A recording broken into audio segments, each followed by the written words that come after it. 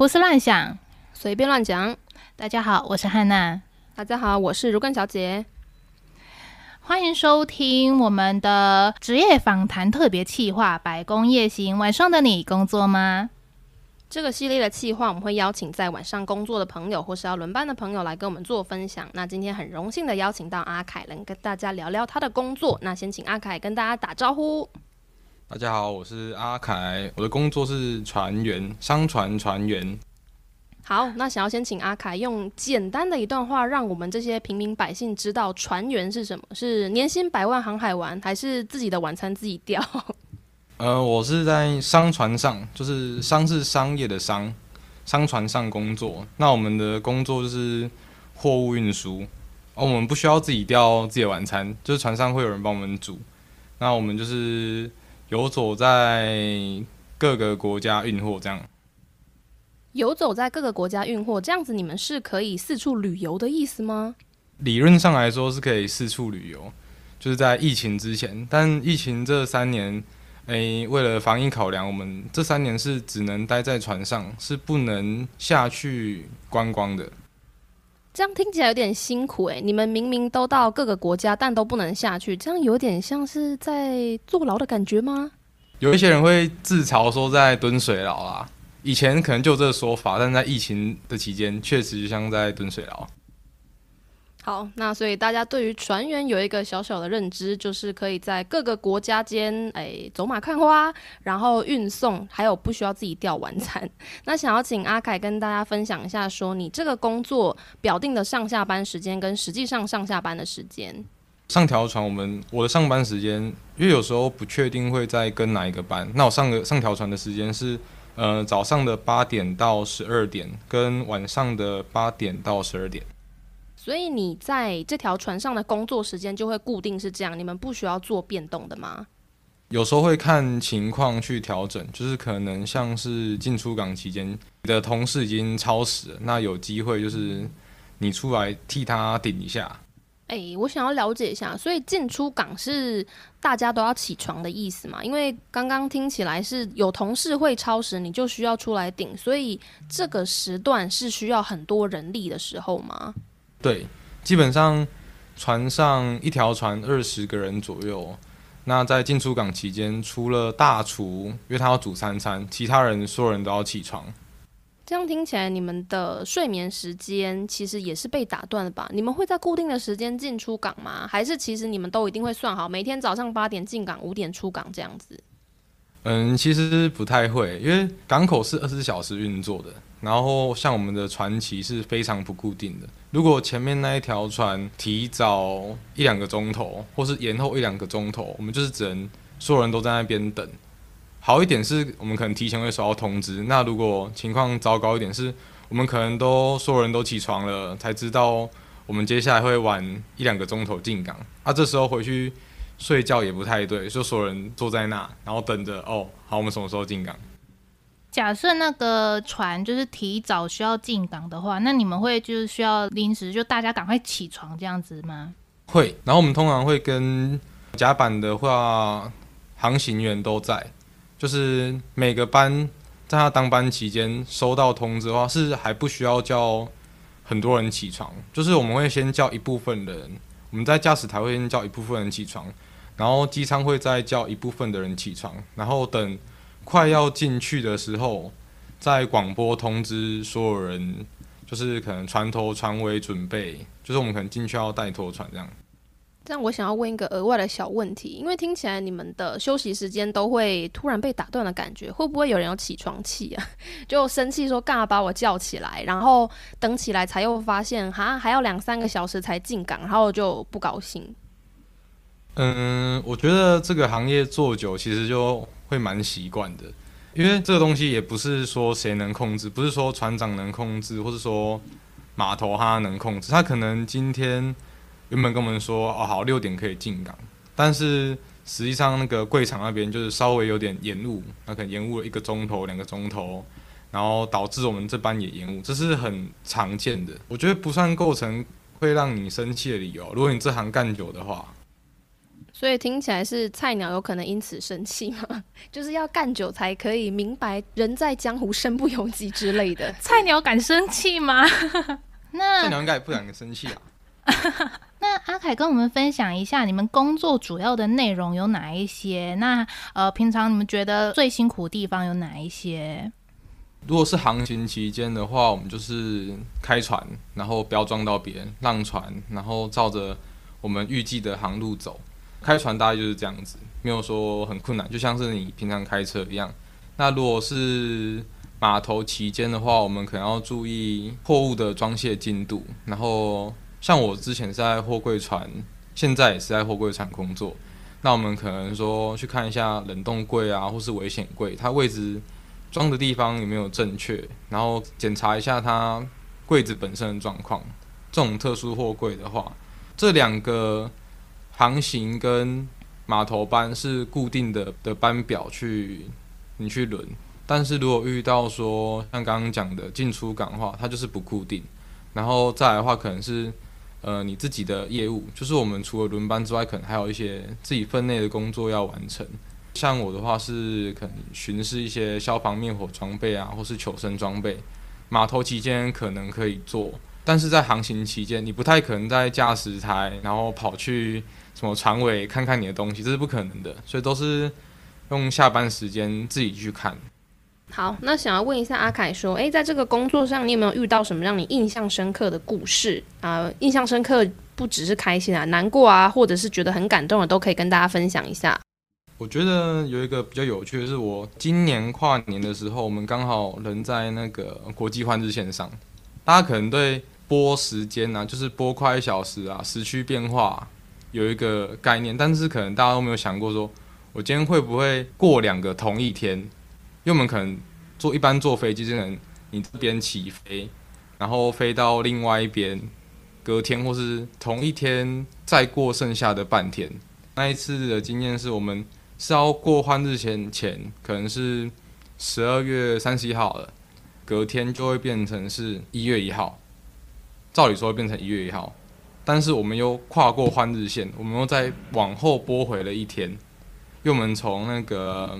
可能亚洲这里跑去美国那边，所以我们又拨慢了一天之后，又跑回12月31号。就是我今天早上起床是1月1号，理论上是1月1号，但是我们又往后拨了一天，变回12月31号，然后又再跨了一次，所以等于是我们跨了2次年，有点像是你在电视上看别人跨年，然后可能是今天日本跨完了，然后你再睡觉起床，然后换纽约跨。那种感觉。再来，上次从那个中南美洲往美国开的时候，经过那个巴哈马，一开始我注意到它是一条游轮啊，然后它因为我们避浪的关系，正常就是我们都是向右浪，他就直接叫过来，然后希望我们向左浪，原因是他们想要站到上风处，这样烟雾比较不会挡到他们乘客的视线。然后我们就好，没问题，我们就向左浪。因为他们马上就放了，然后我们就顺便看了一场迪士尼邮轮的烟火秀，然后算是非常近距离，然后大概有将近3-4分钟吧，然后海上就是有我们这条船跟他们那一条船，我觉得这蛮有趣的。过程中那个有别的同事也醒着，那时候接近应该是10点多吧，有同事醒着，然后来驾驶台，然后他就刚好也看到。平常如果你去迪士尼玩啊，你可能大概要花个台币1800-2000，然后看那个烟火，就是有机会看到迪士尼的烟火。或是如果你是去坐邮轮的话，你可能要花更多钱，因为它可能不止1天，住宿费那些的。那我们那时候就有幸看到它的烟火秀，这2个我觉得是比较有趣的事情啊。那还有比较感动的话，我女朋友有准备卡片给我。一次是在我知情的情况下，一次是在我不知情的情况下。就之前的情况下是他直接写好，然后给我，大概算了一下我什么时候回来，中间过程中每个节日他可能就是写一点放进去，然后它就是像厚厚一本书，日期到的时候才能开，里面的内容没有很多，因为他是预知写可能之后的节日，所以他有可能他连自己写的什么都忘记。但是我觉得蛮感动是，因为船上不太会过节。不是所有节日都会过，但是有人在乎你，特别像什么生日，然后你会拿到一张小小的卡片，再小都没关系，但是你打开是有人陪你一起过节，然后你会觉得在茫茫大海中不是那么的孤单。不是说同事不陪你，就是有人会特别为了这件事情帮你准备。我觉得这是一件蛮感动的事情。那我想要打岔问一下，所以这个卡片都是事先给你，然后你到那个节日才能拿起来看的意思吗？对，上面会写几号才能开。一次是说他直接拿给我，然后另外一次是他偷偷藏在我那个行李箱的夹层，就是我们的行李箱不是硬壳的嘛，然后里面会有一个布的部分，他就把它塞在那个布的里面，然后他还怕我发现，就是可能趁我装的差不多的时候，就里面一堆东西，然后偷偷把它打开，然后把东西稍微拿出来，把它塞进去，然后直到我上船我才知道，那你怎么在那边塞卡片？原来是把卡片偷渡进去的感觉。对。好闪，突然被闪到，眼睛都要瞎了。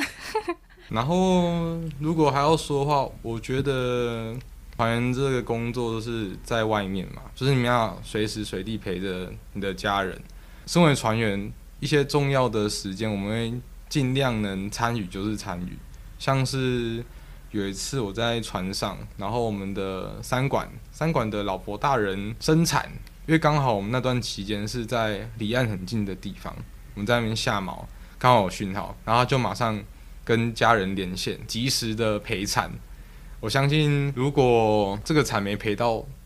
身为家人应该是不会怎样啦。但是我觉得往后个10年20年看，如果能陪到当然是陪到，现场当然是更好。因为有些时候就是这种时光就是错过就错过了，小孩子不会再重新塞回妈妈的肚子里，再重新出来一次给你看。所以这个陪产其实是船员的家人在现场这样直播的概念吗？还是医院有提供这样的服务？应该是有家人一起，然后就是用手机，不是医院提供的。那你们船上那个网络的收讯好吗？应该说是，你是说岸边的收讯，还是说我们公司提供的？那个在船上，就是你们的航行的时候，你们会不会就是很容易受到网络的限制，就没有办法跟家人通讯？那所以说你们就是只能到岸边才能够，像那个同事是到岸边才能够远端视讯陪产这样子吗？一般来说我们会有2种，就是有网路的时候，一种就是可能离岸近，然后你可能帮自己准备了网卡，就像我们出国玩一样，然后你就换上网卡，然后收岸边的讯号，这种是比较便宜又讯号稳定的方式。那另外一种就是公司其实在船上有提供卫星网路，就像是那个马斯克做的那个 Starlink 那种感觉，只是可能公司是用不同家的。那个的话，公司会每月给一些扣打让你用，用完的话就等于得要自己去付费买。然后像那个不便宜，5个小时15块钱美金，就相当于你吃到饱1个月，你只能用5个小时，就是15块钱美金相当于台币450块嘛。那如果你月费是499的话，你只能用这5个小时，而且还不确定讯号如何。或是说你也可以买1G 流量的，就是它就只有总共流量就是1G， 然后看你怎么用。如果你可能滑 YouTube， 你可能1个小时就没了，这种就是狂烧钱。有时候遇到一些节日它会打折啦，就是可能变成10美金，但是相较于陆地上网络来说，它还是贵很多。因为公司怕我们就是一直滑手机，所以它有一个政策是，我们1天只能限使用3个钟头。对，所以如果你不确定你太太什么时候生产的话，而且你还是用公司的卫星网络，应该10之8九会错过。因为有些人到医院，小孩子不出来就不出来，然后在那过了一整天。那像我们的话，我们可能就只能陪那3个钟头。那万一3个钟头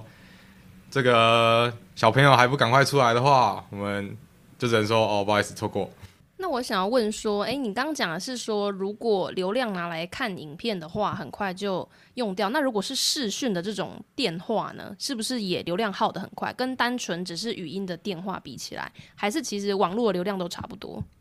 视讯的话也是会快很多。我相信多半的船应该是会只用语音而已啊，因为公司月配是配1GB 的流量。那我自己实验下来是，如果晚上讲电话，语音讲电话的话，我可能讲2个钟头，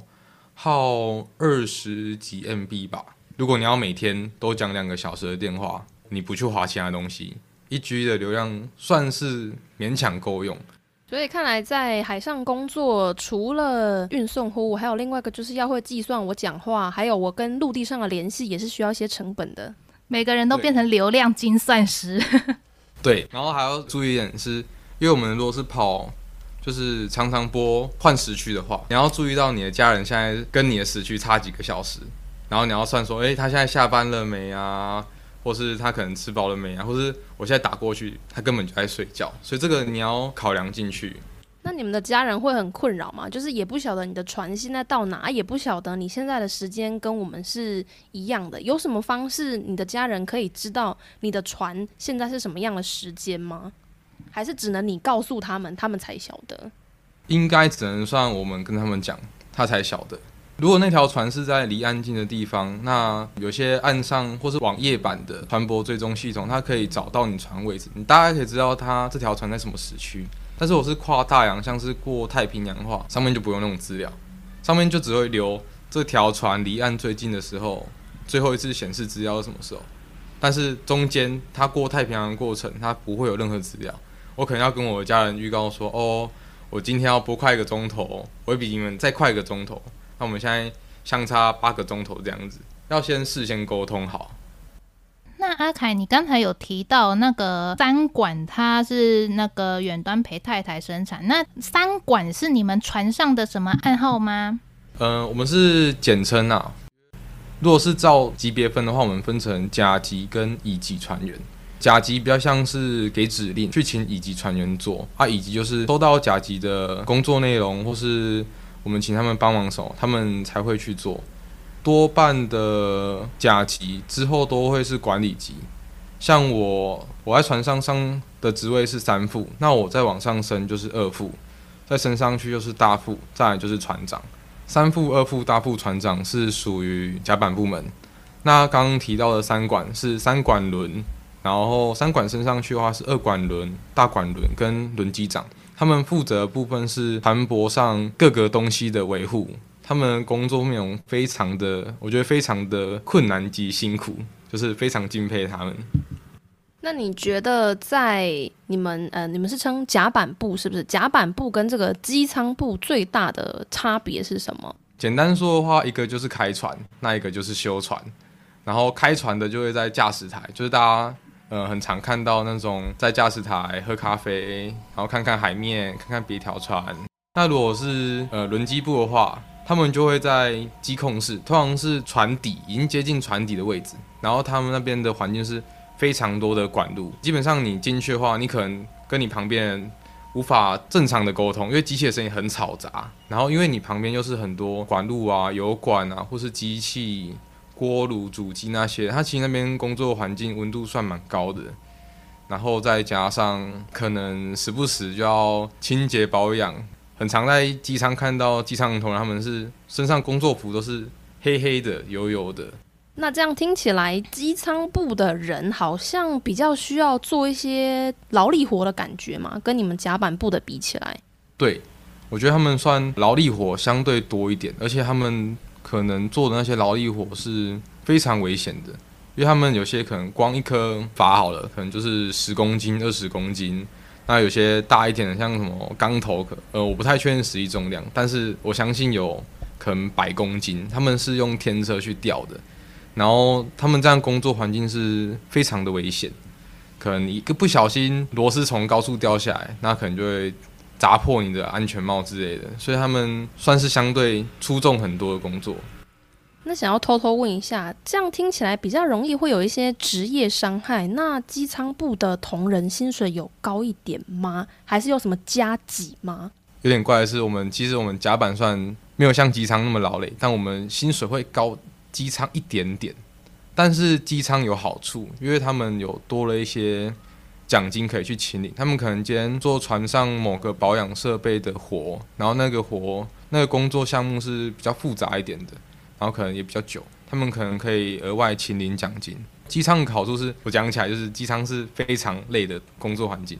所以说愿意投入这一块人其实没有到像我们甲板部这么多，所以他们的升迁会相对快很多。就是我可能今天同期的学生，我今天我做到3副，那我的朋友在机舱的，他可能已经升2管了，就是从3管变升2管了。所以比较辛苦，其实还是有一点代价啦。因为我相信每升一阶，像什么3管变2管，薪水应该也是有比较显著的增加一些些吧。那是当然啊，就是那种加薪是很明显的感觉啊，绝对会比岸上加薪每年可能调一点点那种感觉来的大。你们的那个加薪，并不是像我们加个什么300、500这一种吧？通常我们每升一阶可能都是万为单位，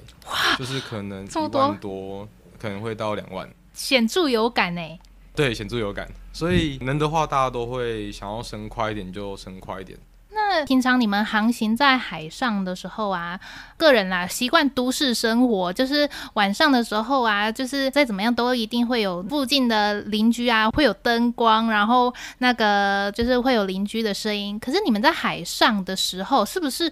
一片汪洋当中是非常黑、非常安静的？对，如果是放大的话，基本上如果你在房间啊，房间内应该不会听到外面的声音。外面是很安静没错，房间内可能就是听到一些船上机器的声音、震动声。比较小的船，或是说它的驻舱是机舱正上方，它可能会听到一些机舱设备的震动声，就是你可以感受到它的震动，或是说应该只能感受得到震动声。那如果是在船的外面，就是一直在听海声，除了海声之外，没有什么其他声音。然后光线的话，你基本上只能看到月亮或星星，或是别条船的航行灯，但就是看到一点点，你看到海上有光，但不会到说你家隔壁邻居的门口那么亮，没有到那么亮。如果说你有航行经过中国沿岸的话，特别是像舟山渔港那边的船是多到非常可怕。对我们来说啊，因为船多，就是你要一直浪，你会怕撞到他们，然后他们又是渔船，他们捕鱼的要怎么捕我们不太确定，他们可能随时就是追着鱼跑。这种情况下，你就看到一整片的光，从近到远，然后我自己的形容会像是逛夜市这样子，因为太多了，满满的灯，然后可能连天空都有一点白白亮亮的，然后那种光是你不会看到任何星星。那这样子的话，你们会不会就是在海上的时光会觉得特别安静，然后有点孤单，然后觉得很想念岸上生活？这一个工作你们会不会很想要赶快做到一定的程度就赶快退休这样子？我觉得看人欸，可能有些人他其实非常喜欢这种安安静静的生活，然后除了上班以外的时间都是控管在自己身上的感觉。当然就是有想要赶快做到什么程度，然后回家人，这种人是大有人在。然后晚上会不会觉得孤单？我觉得要看说你跟你的同事会不会去，可能有些人会去泡茶，去串门子聊聊天，一起约看个电影或是打打游戏。喜欢一个人的话，你可能会看书，或是你会去健身房运动，这样的话会比较好一点。因为如果你一个人什么事都不做的话，在那确实是有点无聊啦。就是即便你没有跟你家人联络，但是你这样的话确实有点无聊。或是说你可能今天休息时间，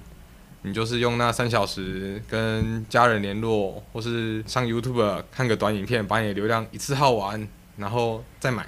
再耗再买再耗，那都可以。那我想要岔题问一下，刚刚阿凯有讲到健身房，所以船上是有健身房的哦？对，船上是有健身房的。没有到你外面健身房设备这么多，但是基本的像是飞轮啊、跑步机、练背练胸的那种多功能健身器材，然后哑铃，多半的船都会有乒乓球桌，有些人超喜欢打乒乓球桌的。然后再大一点的船可能会有篮球场半场，就是没有全场，这个就半场，半场可以啊。这样就可以打斗牛欸。可是船上打斗牛会遇到一个情况是，你休息的时候换别人上班，那你打斗牛的前提是你要找到6个人3对3，那可能这个时间不是那么多人有空，你可能就只能跟别人投个篮。然后有些船的篮球场可能是在船头，那如果天气不好的话，它可能船头你会一直破浪，然后在船头再压下去，破浪再压下去，所以它是一直上下上下。你可能平常只能跳120公分，然后你在那天一个推上去，你就跳150公分就可以灌篮之类的。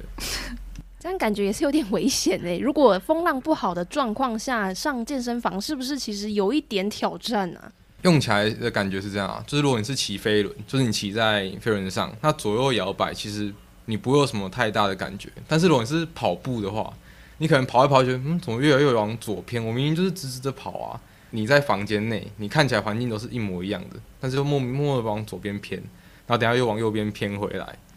然后这是跑步，然后再来的话是，如果你有想要用哑铃推一些重量的话，做重量训练的话，你可能发现奇怪，我平常都是直直的上，身体又坐正，然后奇怪，我今天推的话，右边的手比较累，或是一下左一下右，可能你的一些细部的核心的一些小肌肉会锻炼的更多，比一般人在健身房多，因为你在摇摇晃的情况下，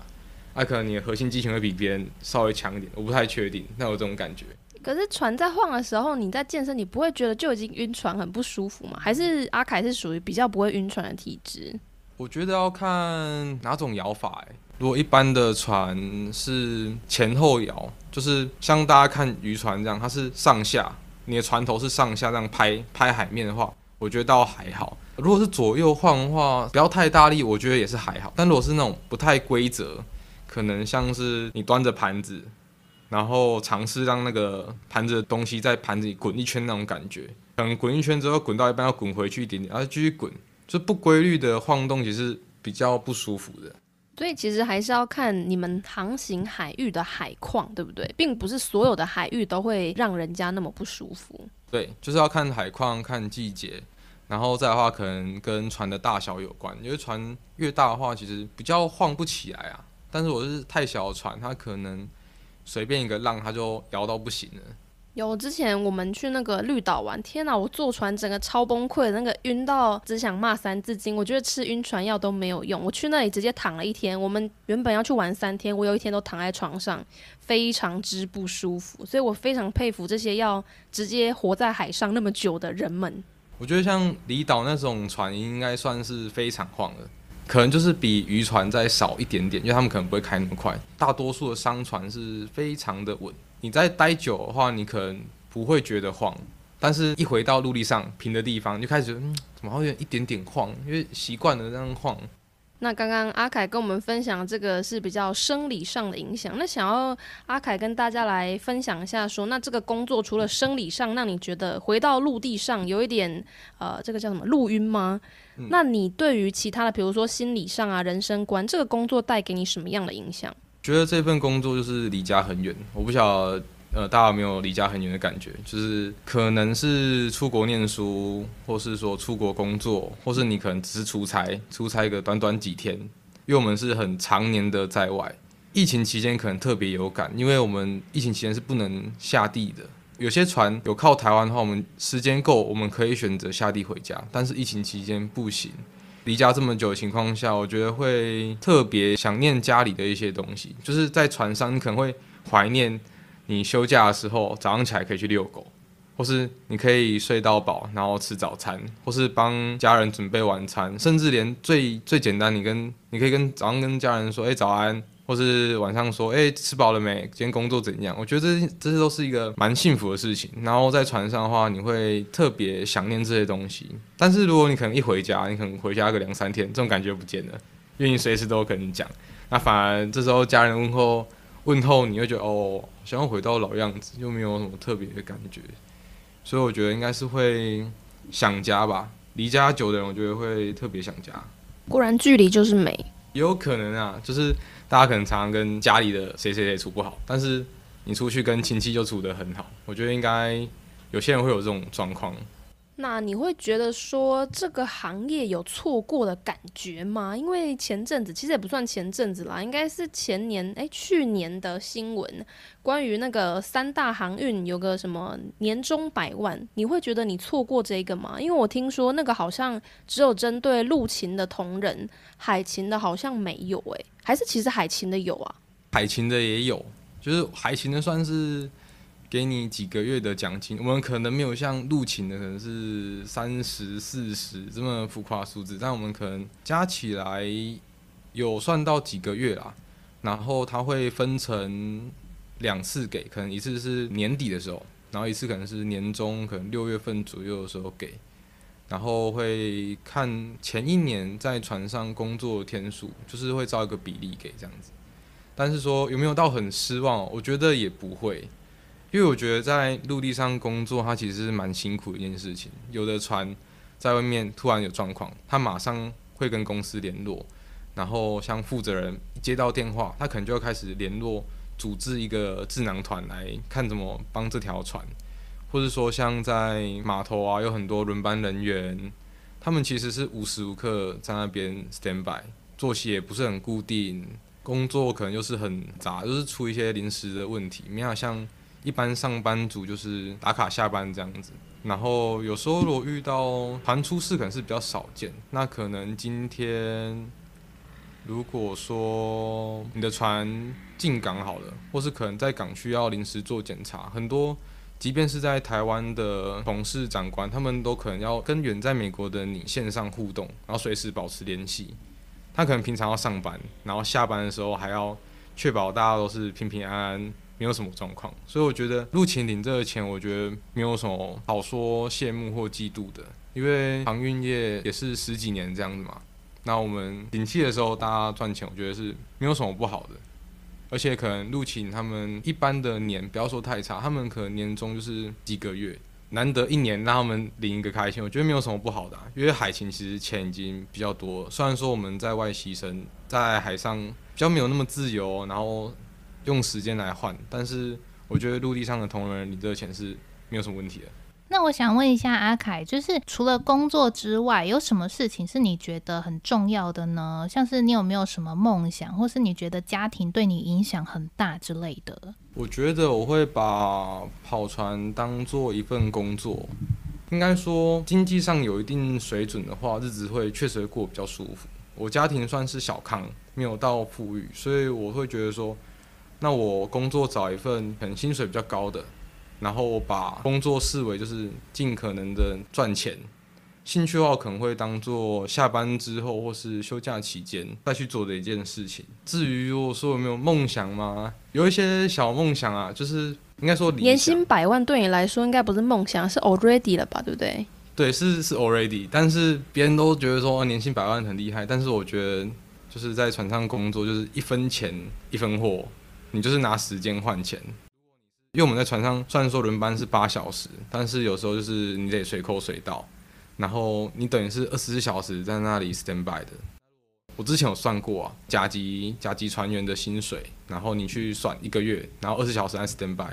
你可能你的时薪比最低薪资还低。如果照这样算的话，可是阿凯，你们睡觉可以赚钱我们睡觉可没有赚钱对，也是这样说啊。你们在陆地上睡觉是没有赚钱没错，但是你可能就是在船上睡觉。那如果今天好了，你们在家里不会突然摇来摇去，然后让你睡不着。但是你在船上，如果遇到天气不好的话，你可能船一直晃。如果你是个浅眠的人，你可能连续好几天都睡不好。但是你还是得上班，没有什么病假可以请。你请病假，你的同事就是得多花时间帮你轮班。那通常我们会把别人替我们轮班的时间再还他。不会让一个人累，或是让少数人累，就是你今天不舒服，通常还是会直接继续你的岗位上，你就可能吃一些感冒药啊那些的，只要没有说不舒服到不能起来，通常都会继续做自己的工作。这样听起来，在船上工作其实是不能生病因为你生病会带给你同事蛮大的困扰，而且你之后还要把时间还人家。还人家的意思是你原本工作4个小时的工时就要再延长的意思吗？可能是帮他做些什么，我觉得就是还是得还人家比较好。然后生病会不会造成别人困扰？我觉得除非他这么严重，不然一般来说，像你牙痛或是说你感冒，你最困扰的是你自己。所以在船上就是你得把自己照顾好，当然药品绝对是足够的，它有国际上的规定，然后我们有负责管药的二副，如果你有任何不舒服，你可以随时跟他说，然后他会去药房帮你拿药，所以药品这部分是不用担心。那最重要的是船员是要把自己照顾好，没有人想在不舒服的状况下一直工作，然后没有周休。那刚刚阿凯说船上其实是有药可以跟二副拿，所以那个二副他以前是医生或是护士之类的吗？应该说护理师啦。所以他才可以开药给你们啊。不是护士，不是医师，也不是药师，但是就是有受一些训，就是医疗急救啊，诸如此类的训，然后再加上船上可能会有一本指南书，就是说你已经针对哪些症状、哪些问题，你可以开什么药物，然后可能看这个人是体重多少，然后你再分配适当的药量给他，然后看他吃下来状况如何。那如果情况没有改善，或是说觉得方向错误的话，其实可以跟公司的医师联络。公司有一个医师可以随时跟他联络，就是跟他说我们目前有同仁怎么样，然后请医师给一些建议。然后这个医师他其实会对船上有什么药，他也了若指掌，所以他可以直接给你帮助。如果再这样都不行的话，可能就是靠港期间就是下地看医生，这样会比较妥当一点。但刚阿凯有说，就是你们的船是在各国，所以如果他真的病得很不舒服，他是要在国外就医咯，这是带很多现金的意思吗？因为在那个国家你们没有保险啊。这部分的话，公司会帮我们给付，然后这是写在国际法规里面的，就是船东必须负责船员健康方面的开销。如果我们今天是下去看医生的话，我们船员基本上是可以不用带任何钱的。这部分是会由代理或是公司那边的人先垫，然后跟公司请款。这样公司会不会把绩效不好算在你们头上，说你这个人害我要多付钱之类的？还是你没有听说过这样的说法？应该是不会吧，这就是一般你生病然后需要一些帮忙而已，而且这是很基本的事情，我觉得不会被列入什么，会被公司有一个记录在，可能是你犯了一些错。但像这种就是很稀疏平常的事情，而且都赚这么多了耶。对啊，陆地上老板才不会帮我们出钱让我们看医生嘞，自己请假去。对啦，可是也有病假啊，就是在陆地上生病可以请病假，而且我记得病假是会扣薪水吗？应该是不会吧。有一些公司是有一个额度的，一年有几天的病假是不能扣薪水，然后你超过那个额度你就要减薪这样子。哦，不计薪啦。然后还有一种是女生就是生理假，船上应该是没有生理假这种事啊，我们会把女生当成男生来用，生理起来好，那你还是得在你的岗位上。这算性别平等吗？好像也不平等。对男生来说性别平等，因为我们没有生理期，但是因为我们没有生理期，所以我们不知道那个辛苦。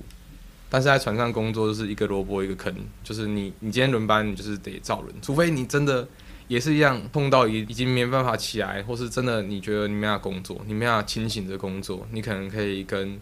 长官说一下。那这种情况我们帮忙分担一下是没什么问题的。那这样还想要岔题问一下阿凯，刚刚有说生理期还是要工作，那如果是怀孕呢？怀孕的女生是可以在海上服务的吗？还是公司其实不太接受你怀孕还在海上服务的这件事情？我自己是没遇过，但是我也不晓得公司会如何处理。但是有怀孕的话，我觉得啦是建议看要不要在岸上休息，然后等把小孩子生下来。因为如果这个小孩是在你计划之内，而且你确定要把他生下来的话，那海上能提供给你的医疗资源确实是蛮少的。那如果小孩子在规划内，那我觉得还是回家休息会比较好。特别是可能临产前那种时候是最不能出错的。那种时候我不晓得，就是如果小孩子突然没会不会对身体造成很大的影响，但是我相信这是其他人可能也处理不来。你就想想看，那么多个大男人在那里，如果你今天是怀孕的孕妇，然后没有其他女生，我们真的也不知道怎么办。我们也不是专业医生，然后我们可能寻求到资源的时候，你已经躺在那里，已经欣然接受一切。我已经看开了，老娘已经看开了。那这样阿凯刚刚有说几个大男人，所以是不是现在航海的这个产业还是男生为主，女生是比较少的？对，以前来说的话就是男生比较多，现在有女生开始变多，但是也是一样不会到像男生这么多。我自己的理解的话，可能男生至少占了80%吧，8%以上。但比较好的是，就目前来说，公司派船的话，女生在船，他们尽量会让多一点的女生，就可能至少两个或3个，因为女生比较知道他们彼此的需求是什么。虽然说我觉得我不是直男，但是我没有100%理解可能生理期或是女生会遇到什么样的，就是比较我觉得这是女生比较知道啊。那个船员啊，是不是就不像我们一般进到公司，就是直接签个工作契约，然后那个接下来基本上不会不会一起的签约，我们基本上就进公司就等于入职，接下来就是一路工作下去。那你们是不是会换约还是怎么样？就是一起的签约这样子？对，路易上的话应该是就是你入职，然后或是说你可能中间留职停薪。然后再来可能就是你离职或退休才会去动到你的合约书，但是在船上的话，我们是一约，就是你一次上这条船就是一约一聘，你每次上船都要重新签一份契约书，因为上面会写着你这条船的薪水，你的薪水可能是浮动的，可能这年调薪调多少啊，或者说可能公司修改了一下大家的合约时间。可能从8个月减到7个月或6个月，诸如此类。然后最重要的是上面还会有这条船的船名，然后这个契约书是要照国际规定走的。然后我们也不太能随便动它，但是原则上就是每次上船一定会要签一份合约书，即便是如果你今天合约书到期，你要延长，那可能都要另外再签一份，就是契约书延长的。那这样子，你们工作上面所有的保障就只能够依靠那个契约书，你们是不是就是没有办法像我们一般陆地上工作的人有那个你们会有劳保吗？